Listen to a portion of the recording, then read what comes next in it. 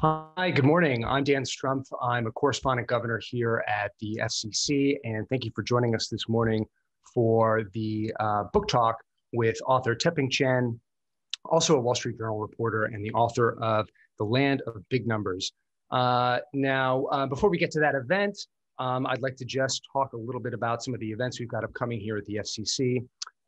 Tomorrow, we've got a panel. Tomorrow evening at Hong Kong time, we've got a panel on Asian hate in America, about the spate of anti-Asian hate crimes and events going on in the US right now. We've got a great panel with featuring Eileen Chow, Jiang Fan of The New Yorker, and Michelle Lee of The Washington Post. And that's tomorrow at 8 o'clock on Zoom, Hong Kong time.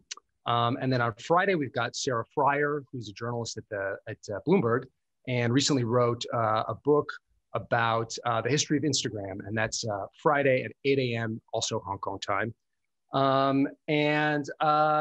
Now it's my pleasure to turn to today's talk, which is, again, with Te-Ping Chen. This will be moderated by my colleague, Shibani Mahtani, who's also a correspondent governor at the club and Southeast Asia bureau chief at the Washington Post. Before we begin, I'd just like to remind everybody that this event will be recorded and it will be appearing on YouTube later on for anybody to view. Please do send questions along which you can send to the following email address, question@fcc.org.hk. That's question singular at fcc.org.hk, and those will come to me and I'll send those along to Shibani. So without further ado, it's my pleasure to introduce Te-Ping Chen, who again is the author of The Land of Big Numbers and my colleague at the Wall Street Journal. Te-Ping is a Wall Street Journal correspondent based in Philadelphia, where she writes about workplace issues. From 2014 to 2018, she was the Beijing-based correspondent for the Journal, where she covered politics, society, and human rights issues. And before that, she was a correspondent here in Hong Kong, covering the city's politics and the pro-democracy movement. Before joining the Journal in 2012, she spent a year in China interviewing migrant workers as a Fulbright Fellow and worked as a China reporter for the International Consortium of Investigative Journalists in Washington, D.C. She's most recently the author of The Land of Big Numbers, which is a short story collection tracing the journeys of a diverse cast of mainland and overseas Chinese characters. Set largely in China, Chen's stories employ tongue-in-cheek magical realism as they offer portraits of people striving for something more. Her fiction has appeared in or is forthcoming from The New Yorker, in The New Yorker, Granta, Guernica, Tin House, and The Atlantic magazine. And with that, I will turn this over to Shibani to begin. Hi, Te-Ping. So I think you were going to kick us off with a short reading from Land of Big Numbers, which we're all very excited to also have with us. Take it away. So I thought I would read from the story's first, or the collection's first story. It's called Lulu, and it starts like this. The hour of our birth had been carefully forecast, a winter's day cesarean, timed to coincide with Dr. Feng's lunch break.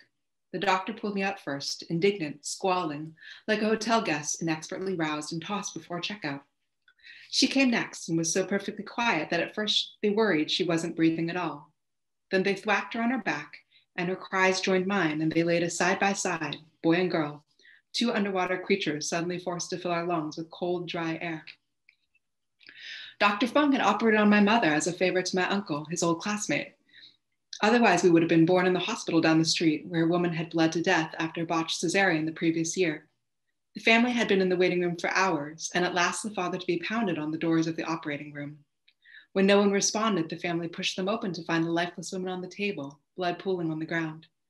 She was alone. The staff had stripped the medical certificates that bore their names from the wall and fled as soon as the surgery went wrong. From the start, we were lucky, not least because we had each other. As twins, we'd been spared the reach of the government's family planning policies, two winking fetuses floating in utero. For the first few weeks of our life, our skulls had matching indentations from where they'd been pressed against each other in the womb, like two interlocking puzzle pieces. Later in life, when we were apart, I'd sometimes touch my hand to the back of my skull when I thought of her, as if seeking a phantom limb. We weren't in any way an extraordinary family. My mother worked as a warehouse clerk, my father a government sanitation planner. When my father was 47, his division chief, a fanciful man who once dreamed of being an artist, decided to build a public toilet in the shape of a European clock tower.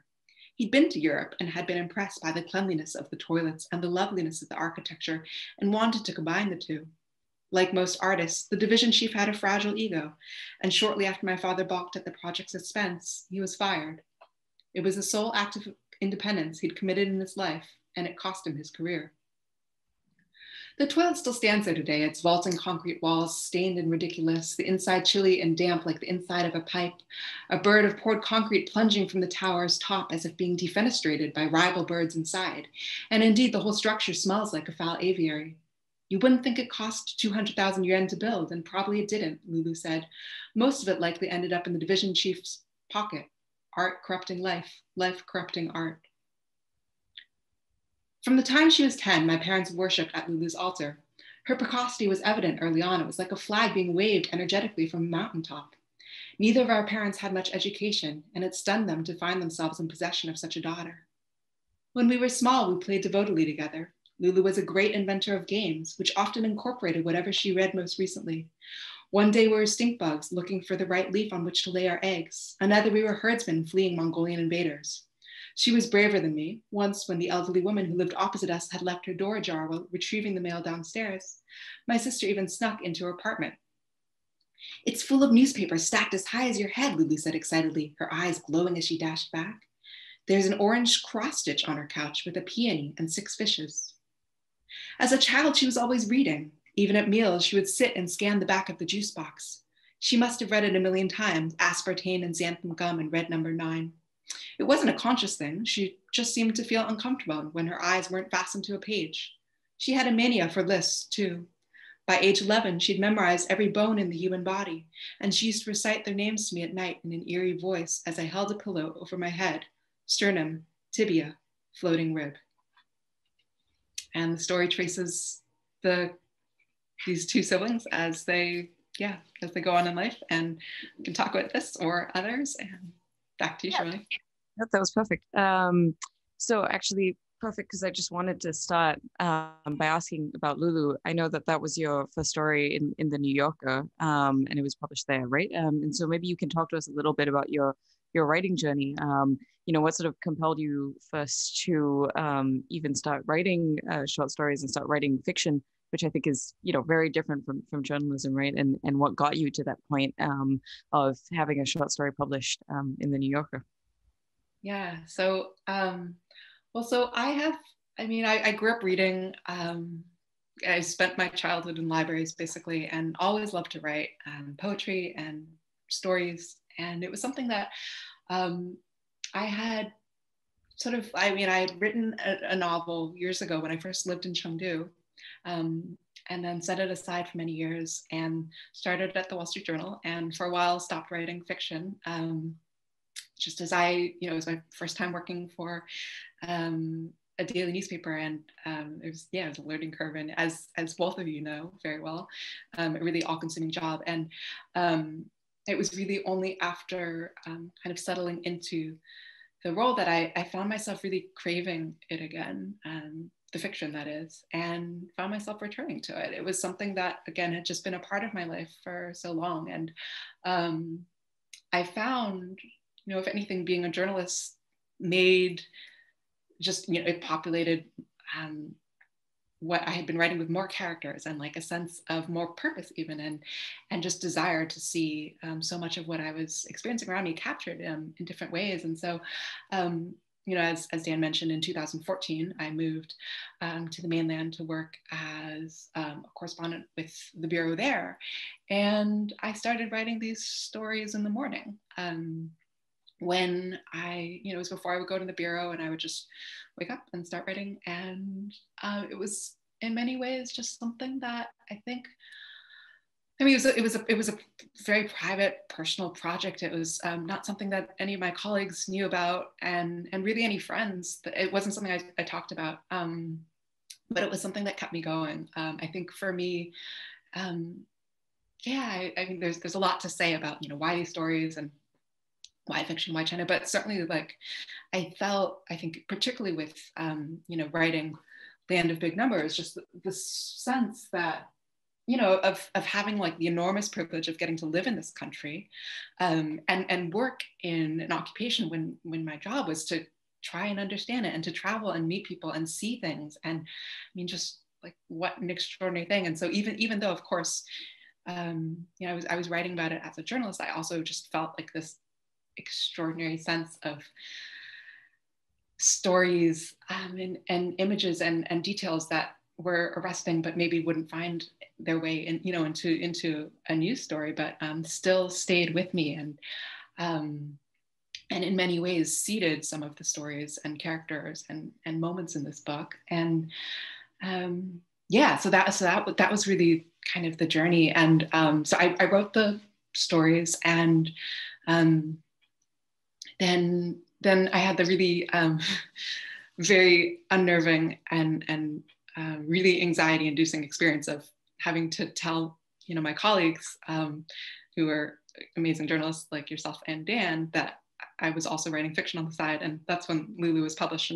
And it felt in many ways like a strange thing to confess as a journalist that I was also writing fiction. But I think also just, it was wonderful to hear the kind of response that story got, and also just all of the support from readers. I think it's China's a place that we spend a lot of time reading and thinking about, many of us, and I think just getting to do that in a different lens. That was something that I know I had craved, and it's been wonderful to hear the kind of feedback that the book has gotten. Yeah. Can you talk to us a little bit about the how? Like, how did you get, to a book, a published book, and, obviously stories in the New Yorker before that, from what, was essentially a sort of process that was private for yourself? I mean, what made you make the leap there that you were like, okay, I want to get this published, and this is something that I want out there? I mean, it's funny. So in some ways it was just, it's because I had been working on it for a long time on my own, and it was just like in dialogue with my head, and my husband, who's an amazing reader and writer. In some ways it was almost wanting to see, just wanting to have, I don't know, someone else read them and tell me what they thought of them. And so that for me, like, I think the first people, apart from my husband and a friend who read it, who read the collection were agents. And it was a process, I think, for me of saying, okay, well, I've spent a lot of time sort of locked in my head with these characters and wanting to hear an outside voice. And so that was kind of, it wasn't, it felt like a really, like, just dropping stones into this like deep and fathomless pool. But I think, it's so strange to even now. I think especially now, even though the book is out, like, because of course all of this is like happening through Zoom and all of the events and stuff, it still feels extremely surreal. But I think it was for me just, a process of writing them and making them as good as I possibly could. And then when I hit a wall, I like deciding, okay, well, let me find someone who can tell me what they think of them, and see if there's anything, if they might be able to be published. Mm-hmm. And maybe talk to us a little bit more about the inspiration behind the characters. I mean, they're so multidimensional. They come from sort of all walks of life. They represent, so much of China, right? I mean, where did you draw, the inspiration from, and what made you sort of decide also on the format of a short story rather than a novel, to kind of, get your sort of fiction out there? Yeah. Well, I think the inspiration, so many of them, like, I always think of, in some way fiction and journalism, right? Like, it's a similar process in as much as you're taking the material at hand, except with fiction, the material at hand, you can just draw from, in so many ways, just a deeper universe around you, right? And so it's like the different stories in the collection. It's funny just thinking of that passage that I read you. I know, like, there are moments that were drawn from just like, the memory of, a conversation that I had in with a woman who worked as an assistant to human rights lawyer in Beijing, like in 2016. It's the memory of a certain kind of tree on a campus that I lived at in Chengdu back in 2010. There are, in that one passage, a story that I had heard from a friend about a botched plastic surgery in which a similar thing had happened, in which the surgeon fled and took the certificate from the walls once something had gone wrong. There was, just like the accumulation of whether it's emotions or specific details or images that I think, we all spend a lifetime accumulating. And in the case of, for me anyway, just because it's my habit and obviously also my profession, just like also spending a lot of time taking notes on things that struck me. And for me in getting to write this collection, I think it was feeling that I had spent so much time, living in the country since, I first moved there in 2006, and thinking about it and trying to absorb it. And of course, most recently, since working as a reporter for the Wall Street Journal there, I was just thinking about how do I capture this world around me, and how do I refract it in a way that is meaningful and hopefully beautiful. And so I think for me, like the writing process was just like this feeling of like, if anything, of just extraordinary relief, and in getting to just like, all these, this wealth of like details and notes or drafts in my Gmail anyway, that I had, all this that I collected over the years. And like Cao Cao, one of the characters in the book, the rural inventor who accumulates all of the sort of debris and cast-offs of his village and subsequently attempts to assemble them into all of these creations, a noodle chopping robot and his own airplane. Like I think in thinking about the process, it was a little bit like that, like this feeling like I had been collecting for many, many years. And finally, in getting to write this book was a process of getting to assemble and find ways to refract and make meaning. And I think the short story format in particular felt really well suited to what I was doing, which is of course writing about China, and a country that is just so complex and multifaceted and has so many moods and characters and complexities to try and convey that it the one way I think about the book is like it was sort of like writing or composing a mixtape about a place that I loved. And I think that's part of what these stories are trying to do, is just to speak in different voices, to evoke different experiences, to assemble this world through many different lenses. And I think for any, writing about any place, it's really hard to think of having like a mono story, but especially true, of course, in a place like China. And I'm sure there's someone who, and many people who could write an amazing China novel. For me, I did not feel up to the task. I think it felt like in so many ways, just especially, as a writer who is in many, just is learning the craft, like much more accessible to think about it as like, how do I, and maybe this is also an instinct as a journalist, who is like, how do I break this into discrete pieces? And I think too, that's also just, who I am as a writer and as a journalist too, just like someone who loves detail and the way that you see the human sort of woven into that, and looking for the telling in the small and the miniature. And so that's a lot of what readers will find in the book. Do you think it's different writing as a journalist versus writing as a fiction writer? Do you feel like you put a lot more of yourself out there with fiction and with stories that are your own? Do you feel like more of a soul-bearing process in writing fiction compared to journalistic reporting? I'm in a really I would say in a really harrowing way, yes. It's so much more personal and strange and very, very strange. As is, of course, I mean, the exercise of having to talk about it is also extremely strange. I think as journalists, like obviously, that's not our instinct. And so it's been really wonderful to get to hear readers talk about this book, but it also, it feels deeply strange and not strictly comfortable. Do you think that journalistic observations, though, sort of play into fiction and play into the way that you write as a fiction writer? You know, what do you think makes your writing different, given the fact that you were a reporter in China?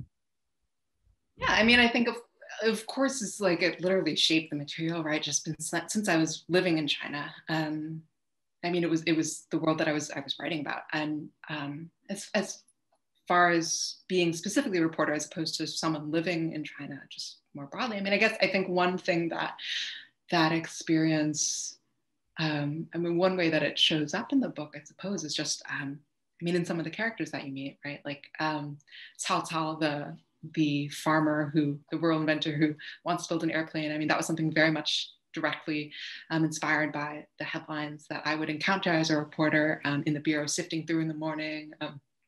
Or another one, the detail about funeral strippers, which readers also encounter in this book. That was one that I absolutely encountered. I remember late in the evening in the bureau, seeing like a very sort of, staid, serious headline across Xinhua talking about how the Ministry of Culture is going to crack down on funeral strippers. And you're just like, what?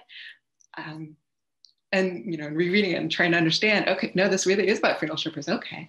And then, and of course, like that in of itself, I mean, that contains just worlds of stories and characters and places that I desperately want to read about. Likewise, of course, with, the gentleman, Cao Cao, who readers will meet. But, I just kept reading these stories of these rural inventors building outlandish and wonderful things. And it's just like, it was something, again, it might not be a news story for a major American paper, but I mean, as a human story, it was just, yeah, it was something that, it was the kind of like incredibly vivid detail that just demanded a story and a world to be built. And at least I couldn't stop thinking about it.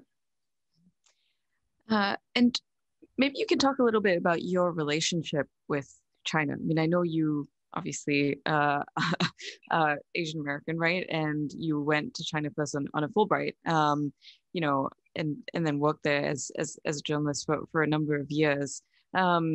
Did you find yourself sort of reconciling with your own heritage and your own sort of family history in the process of writing this, and also in the process, obviously, of living in China and working there for a number of years? What sort of drew you there in the first place, and how do you feel it influences your writing? Sure. So I was born and raised in California, and my family is ethnically Chinese. Our Lajia is Hainan, and I grew up in a family that really placed a lot of importance on being Chinese. I mean, it was something that was, we attended Chinese school, bilingual Chinese school.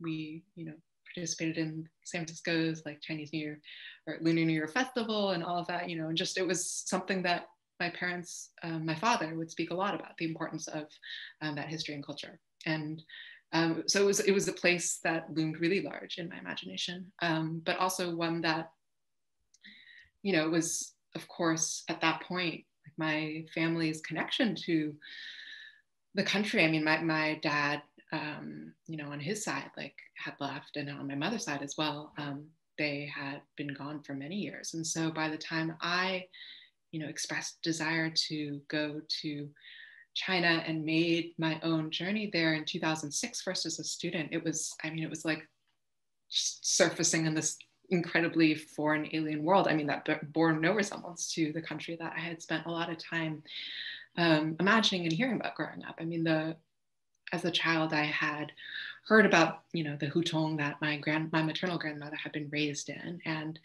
by the time I arrived in 2006 in the run up to the Olympics, I mean, they were getting raised, and the city just felt unrecognizable to me, and bleak, really bleak too. I arrived in the dead of winter, and Beijing was also a very different city then. I was living out, past, this was back in, before the subway, it was, at that point, it was still just 2 lines, and to get downtown was like an hour-and-a-half trip by bus and subway. And I just remember spending a lot of time feeling dislocated and really profoundly sad. Like, it looked like a place that had just been so divested of the particularities of history that I had grown up hearing about. And I remember feeling just like by the time I left, I mean, truly feeling like I never wanted to go back. And of course, I did make my way back as a reporter with the journal, and it was with a lot of trepidation. I mean, I had a really emotional, visceral reaction in the country the first time I went, which I think is not, it's something that I've heard many others too have, those, who've had the experience of coming back, after their grandparents had left the country. And I think for me, like, the experience of being a journalist, that was something that was just, I found transformative. I mean, because it was something that for the first time, instead of responding to the country in such an emotional, visceral way, it was a role that allowed me really to just focus on, trying to understand the place and think about, what made it work and what animated it, and to try and find the stories to tell, to try and, really capture the experience. And so for me, that was the first point where, and in between I had spent time living in Chengdu and Harbin, like variously, like on Fulbright, as you mentioned, and the cities that I loved. But I think it really was that experience being a reporter there that allowed me to, in many ways, I mean, it maybe as odd as it sounds, to fall in love with the country. I mean, there's obviously a lot of that is involved in being a foreign correspondent in China. That is, it's a really hard and sad thing to, so many of the stories that you're writing about, but it also brought me into encounters with characters like, Cao Cao or Lulu, or, people who just struck me as being so extraordinary. And so I think Land of Big Numbers, I mean, the book really is in so many ways just like, it's the product of that, right? It's getting to write about a place that I started out feeling, I mean, China's a place that, of course, I think prompts really strong emotions in a lot of people who've spent a lot of time there. But for me, especially, I think it was a way of getting to write about a place that I've been wrestling with for a long time, and both fall in love with, but also felt a lot of frustration often, and sorrowing too, and covering. And yeah, I think all those complexities hopefully shine through for the reader. Yeah. Just a reminder to our audience that you can send questions at question@fcchk.org. One question I want to ask you, do you know if there are any plans to translate your book into Mandarin? It does seem now that we're at an age of sort of a lack of understanding and very little sort of cross-literary, cross-cultural exchange, between the US and China, right? Especially not in a way that's sort of organic and kind of unifies Chinese American communities and sort of the sort of mainland population. Yeah, do you know of any plans on that? And is that something that you would like or you would hope for? Yeah, I mean, I would love to read it in translation, absolutely. At this point, I'm not aware of any. I don't think right now there are editions that have been sold in and planned in the UK, where it's come out in hardback, and also in Germany, where it will come out later this year. But as far as I'm aware, no Chinese publisher at this point. Mm-hmm. And what do you think more broadly about fiction as a way to kind of help us in this sort of moment that we're in, right? In creating more understanding and sort of more empathy for people from kind of different worlds than us.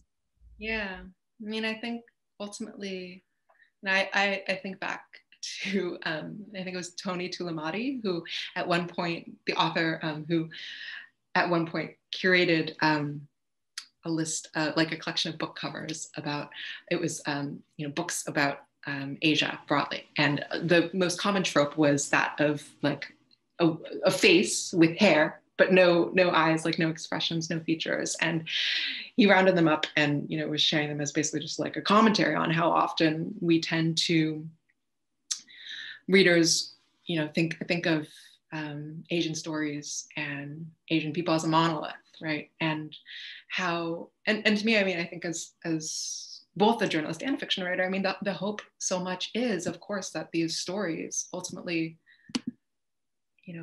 remind people of the human. And I think, especially fiction, it's when I think about Land of Big Numbers, and when I've been talking about with people, I mean, of course, it's a collection of stories about China, but to me, I mean, it's a collection of stories about being human, right? Like what it's like to live in a society where your life choices are, you know, feel constrained in so many ways, and things feel outside of your control, and how do you try and create a sense of meaning for yourself, and how, you know, and of course, in this particular moment, it's been striking to hear how many readers have commented on some of the parallels with the pandemic and the feelings that we've been experiencing in lockdown.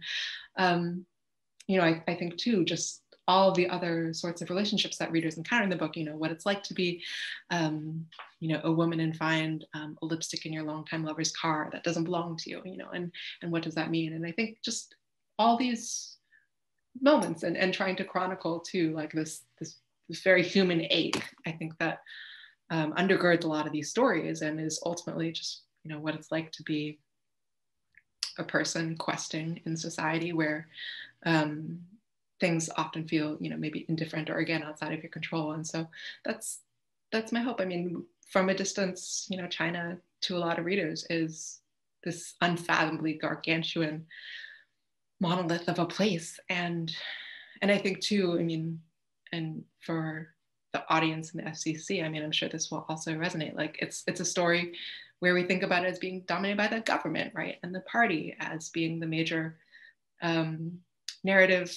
It's the primary narrative that is written about. And I think so much of what I found incredibly compelling about living in China was just the people and the stories that you encountered, and the spirit too of you know, people who are just astonishingly playful and pragmatic and inventive, and finding ways to make lives in the cracks of the system. And I think those are just voices that need just need more telling, need more hearing, and I think especially at this moment, as you say, you know, with so much connectivity being broken off, and of course, you know, from the time that I left China, you know, when so many of my colleagues have now been kicked out of the country, and those from other American newspapers too. I just think, you know, it's always been a hard country to have a window on from the outside, and of course getting harder. And I really do hope that, you know, people who read the book will come away with a deeper sense of understanding for the place, which again, I think, you know, to have it really has to be ultimately rooted in a sense of the people, you know, and not just the government. Yeah, no, for sure. Those are all really good points. I had some questions that came in beforehand about specific stories. So what fruit did you have in mind when you wrote the story New Fruit? Readers, one reader said that they were thinking about persimmons, but yeah, I was curious what was in your mind. Oh, I like persimmons. That's a great one. And I'm picturing them the way that you see them in Beijing, which is really the only place I've ever seen persimmons grow, but like very stark, these orange parcels hanging against, you know, on like these leafless trees, but I'm picturing them as leafless. And that's why they wouldn't really work for the story, because as I seem to recall, those were always coming into fruit in the winter, and New Fruit is a story very much set in sort of the summertime, and it's like a bit sultry and warm, and and you see the retirees in this traditional old Beijing neighborhood, and some of the love affairs that are conjured up in the book and are thrown into disarray by also the arrival of this fruit, which was not a persimmon, but which is a fun idea, but it was based very much on the nectarines in Beijing that are sold in the hutongs in the summertime, which just were, I have still yet to taste, I think, a nectarine of their parallel. I mean, they were just so meltingly delicious and exactly like they're described in the story, just sweet and yet also tart, and with this velvety texture, and truly did seem just to be the most magical of fruits already. And so, yeah, giving them these magical, supernatural properties really did not seem like too much of a leap. Yeah, I had a lot of fun writing that story as both a tribute to the fruit, which I loved so much eating when I was there, and also to the very specific neighborhood where I lived, where which was home to a number of characters, not precisely the ones that appear in New Fruit, but were the kinds of voices I had very much in mind when I was writing. That's a great question.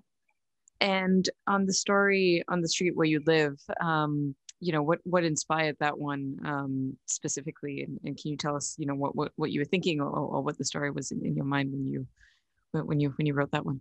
Yeah, that's a good question too. That one was one that really came.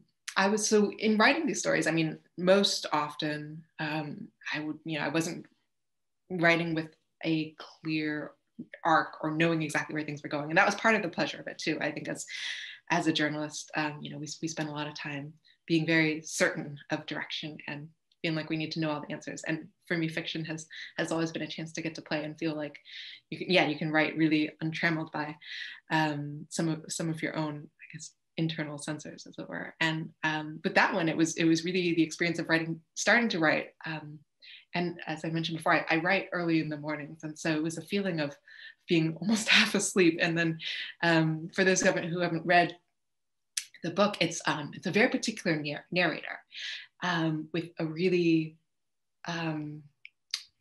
with a very distinct voice too. He's somebody he's an educated member of the Chinese diaspora living abroad, specifically in Atlantic City, and he nurses a really strong passion for old Hollywood, and just is a character who falls in love in all kinds of ways with his adopted country, and also literally with a neighbor. And he falls in love with this local girl and ends up moving into her old vacated apartment. And anyway, it's a whole story. But yeah, it was really just like this experience for me of starting to write and encountering this strange particular voice, and writing and then trying to figure out who he was. Like he seemed, I mean, he appeared fully formed as this character who was living inside of a prison cell, and then it was my job to try and figure out what got him there and who this really unusual voice was.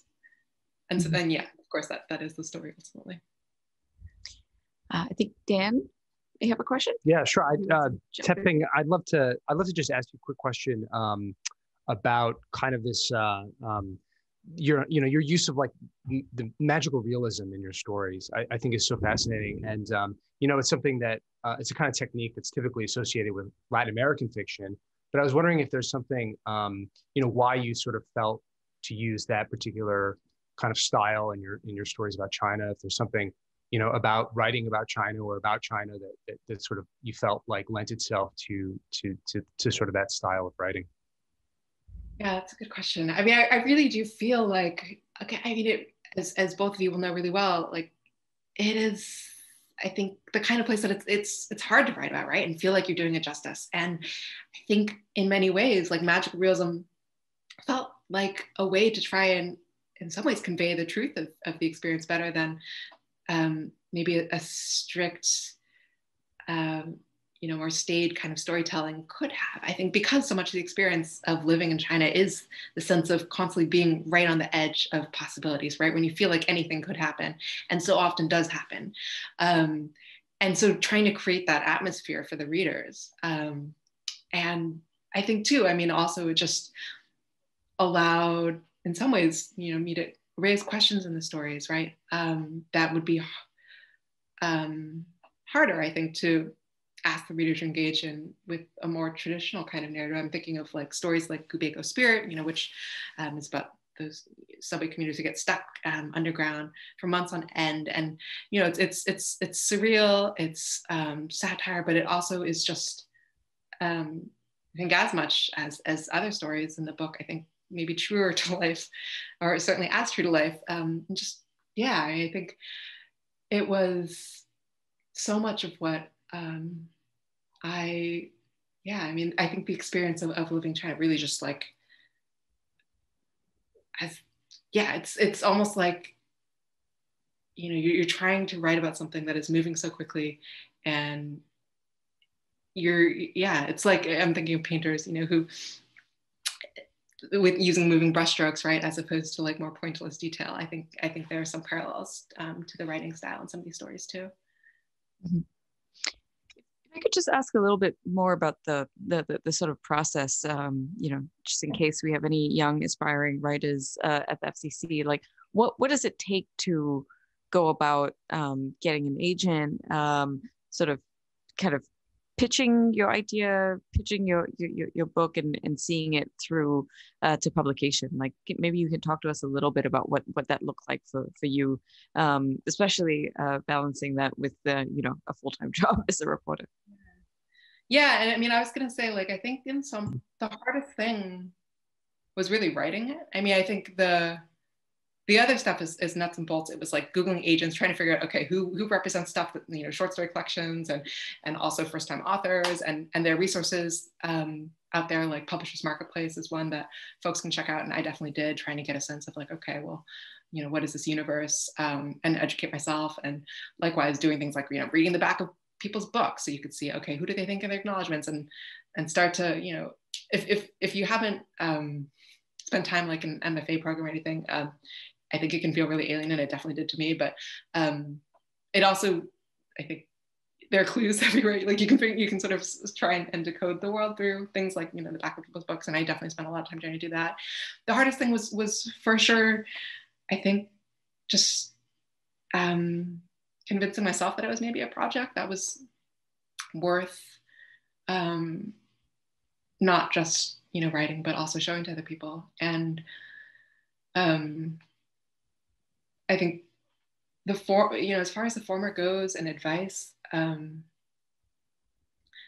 for me, it really, like, the writing really just came from, a feeling of compulsion. And just, I think for writers thinking about, who are looking for a project or thinking, trying to figure out what they want to tackle. For me, I mean, I think it was finding the stories that felt urgent enough to break through all of that noise, right? And your own kind of self-doubt. And when you're at the point that you hear a story that is just demanding to be told, then that's what did it for me. It was just this feeling of really feeling like if I didn't write these stories, it would be so much more painful than actually writing them. There's that Jeff Dyer quote, which I sometimes think of, have regrets, they are fuel on a page, they flare into desire.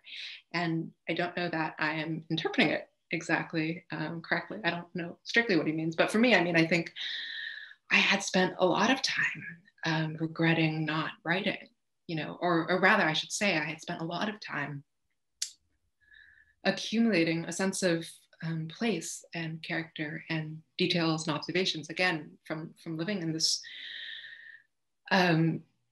world that felt deeply compelling, and also like I could only ever convey a fraction of through, in some ways, traditional journalism. And so it was that feeling of accumulated both regret and also urgency to try and get it all down. And I think once you find a story that speaks to you in that way, I mean, the same as really with journalism in some ways, whether it's a character or a voice that compels you, I mean, that's really what carried me through the whole process, I would say.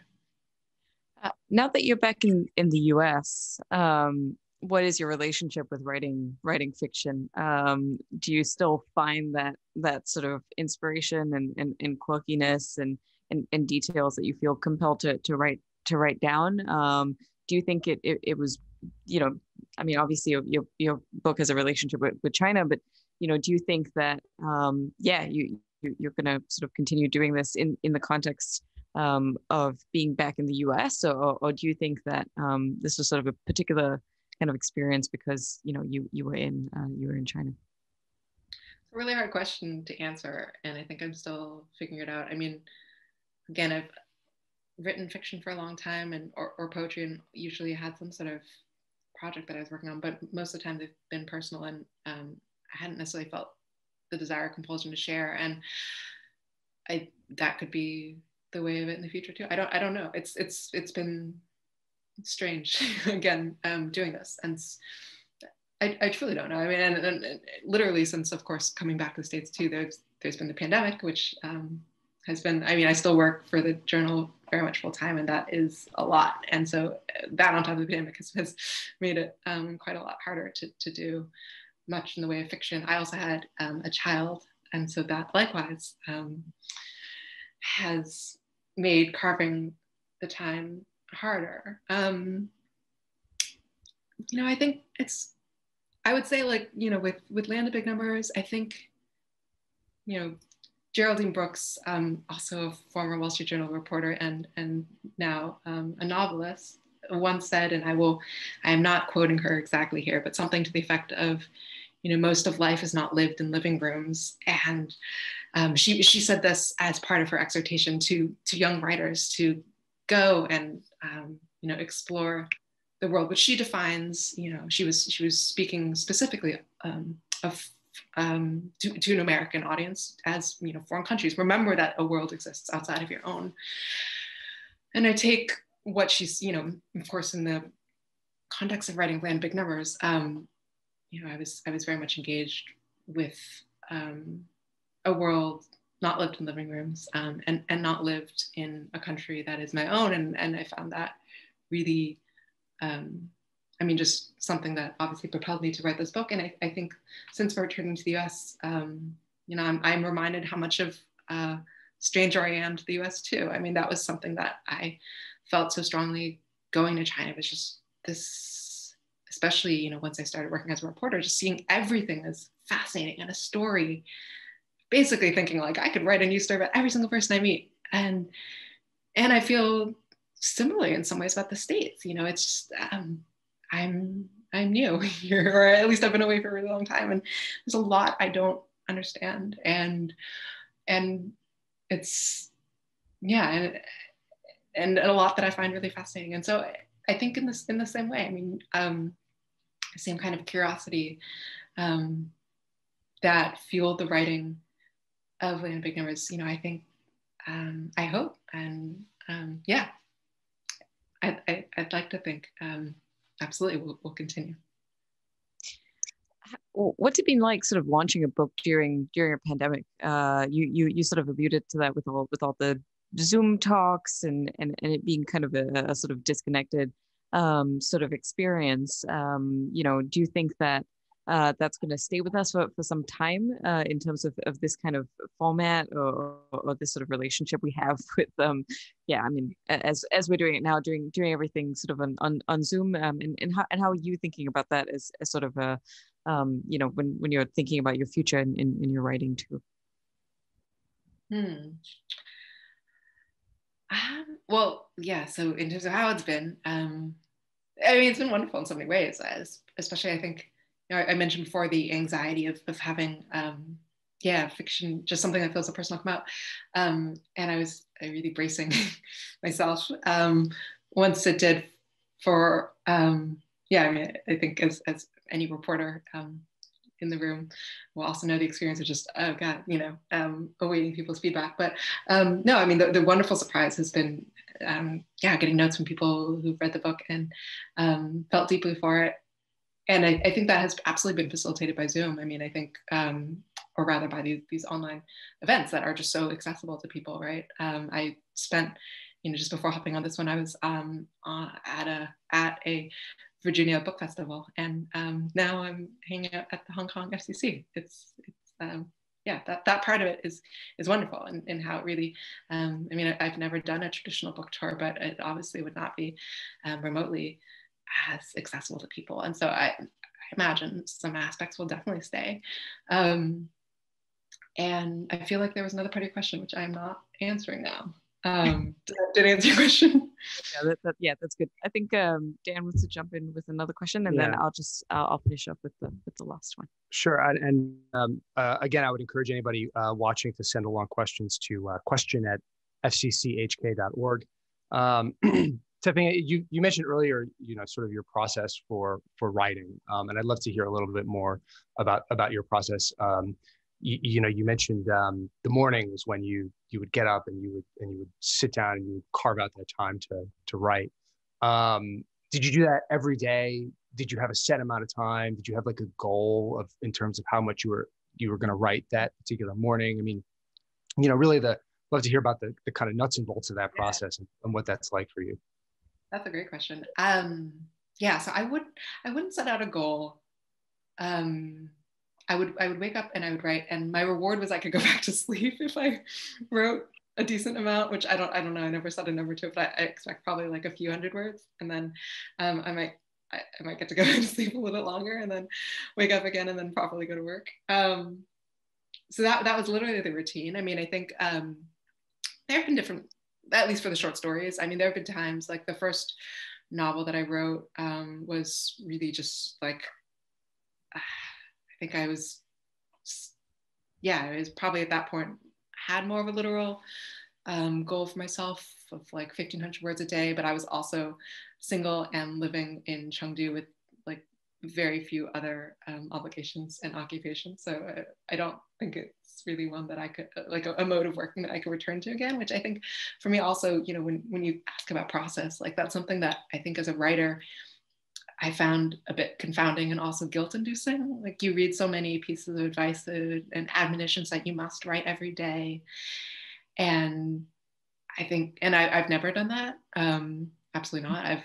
I tend to write in bursts, and there'll be periods when, you know, when I am writing and periods when I'm not, long periods when I'm not. And I think, you know, there's that sort of advice, you know, that you must write every day, I think really just erases the fact that many of us, you know, have lives and responsibilities and caregiving responsibilities too. And I think also, I mean, beyond literally just, you know, the idea that we all have, you know, the ability to maybe dedicate that time every single day, which can be really hard. I think also too, like life, you know, for me, the writing and the living of it they work in tandem in some ways, and like you have to fill up the well again, right? And so I think there are periods when you're writing, and there are periods that are more fallow.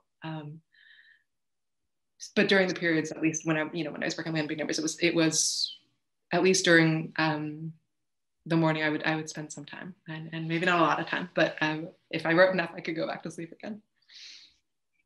And did you have a lot that sort of, you know, was on a cutting room floor at the end when you finally got to the sort of finished product that's the book now? I mean, you know, I would imagine, you know, so much of maybe what you did was also editing or cutting. I mean, how did you sort of end up with what you published?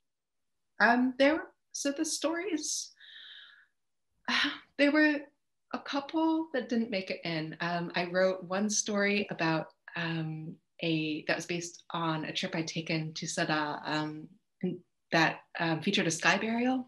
I wrote one story about a mysterious, highly contagious skin disease that sweeps the globe. It originates in China and it shuts down the global economy. It was called China Syndrome. I went back and reread it recently, which was really, surreal. It definitely evokes some elements of what we've been experiencing last year. That one did not make it. I wrote one story about an old man living in a house that's haunted by ghosts from his past that just keep kind of merrily walking in and out of rooms, and they're not threatening. They're not particularly scary, but they won't leave. There were several that ended up on the cutting room floor, and I think it was really a process of, and partly it was thematic, and partly also, you know, I was trying to figure out how to write the stories, and when I started writing this collection, it was like I'd set it as an experiment to myself. Essentially, I had wanted to try and write short stories. I'd always loved short stories, and so I wanted to write 10, and so I wrote 10. And I wrote a couple more that I didn't think were as good, and that's why they're not in the collection. Great. Well, if I could just ask one last question. I don't want to sort of preempt what we're going to be discussing tomorrow, which is sort of the environment in the US sort of faced by Asian Americans. But do you think there's anything particular about your book coming out at this time? You know, it's been an exceptional time for the world. We're experiencing all sorts of, you know, racism, sort of hate in various communities. And, you know, do you think, or do you hope that by sort of getting works like these out there, that we are able to sort of start, you know, humanizing different people and sort of bridging these gaps, right? And you know, have any readers sort of responded to your book in that context? You know, have they said, "Oh, this is so important for me to read because it's about humans and characters that I can relate to, even though it's a place that's far away," and so on? Yeah. A colleague actually at the journal emailed me today to point out the irony of the book coming out and the reception it's gotten at a moment, of course, of, when we're all having a conversation about anti-Asian racism here in the States. And yeah, I mean, it's something that strikes me, something I think about. I do think that having more stories is so important. More different kinds of stories, like different people telling them. I think that, when we think about the kinds of ugliness that we have seen over the past year, and of course, particularly in recent days, I think, racism is the opposite of imagination. It is the inability to conceive of a person as a dimensional human, which I think is ultimately the product of fiction, right? Is to create a sense of empathy.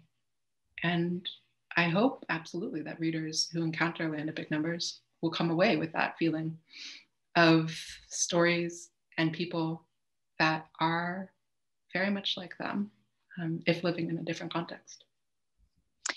Michael just reminded me I need to ask you the mandatory FCC question, which is, what are you now reading? And are there any books you recommend, obviously other than your own?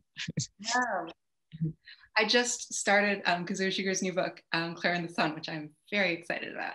I'm only a few pages in, but yeah, that has been really exciting for me this week, or really just in the past day. Recommendations, I always recommend, whenever I'm talking about short stories, as we have been this evening, I always recommend What It Means When a Man Falls from the Sky by Leslie Rima. It's one of my favorites, as well as Carmen Marie Machado's Her Body and Other Parties, which are some of my favorites for talking about the genre. Yeah, and I could go on, but I think I've recommended 3 books right there. I'll stop. Perfect. Well, thank you so much for joining us this evening or this morning in Hong Kong. This will be posted to YouTube, so it'll be a resource there for any aspiring young writers as well. And yeah, thank you so much for being a part of the FCC Zoom series. Thank you again.